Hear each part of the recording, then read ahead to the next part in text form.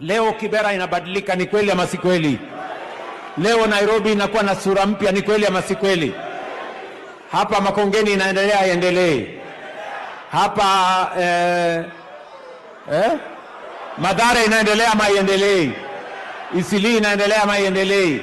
Hapa Nairobi tuko na projects 36 ya affordable housing ambazo zinaendelea, na tunajenga manyumba 1180 kwa sasa. Nairobi inaendelea, na tuko na orodha ingine ya manyumba 1300 ya hapa Nairobi zikiendelea. Alafu kuna watu ambao wanatueleza ati ya kwamba ati wananchi waendelee kukaa kwa slums ati kwa sababu kuku haiwezi kupandishwa ghorofa ya 15. Hawa ni watu wako na akili kweli? Ni mafala, si mafala wale bana? Mafala sana. Yaani unatuambia ati tusifanye affordable housing kwa sababu kuku haiwezi kupelekwa 17th floor. Yaani mnatubeba ufala kiasi gani, my friends? Mimi niliwaeleza kuna watu hawana akili. Mtu anaongea hivi wako na akili kweli? Wako na akili kweli? Mimi nataka niwaulize.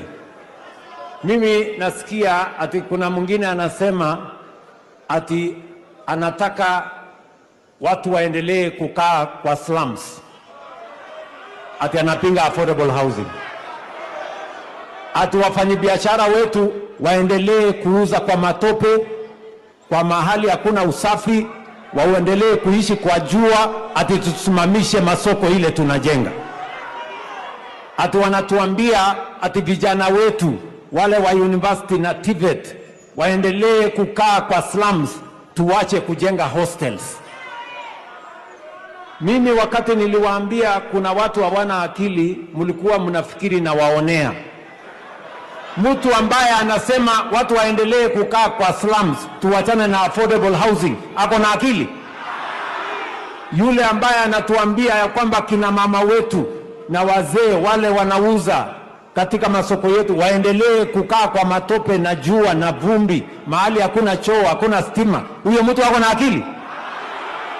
Mtu ambaye anasema watoto wetu wa university waendelee kukaa vitongoji duni, tusijenge hostels ya watoto wetu kupitia affordable housing, huyo mtu wako na akili?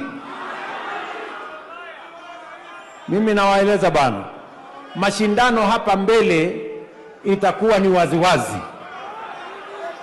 Tuko pamoja ama tuko pamoja?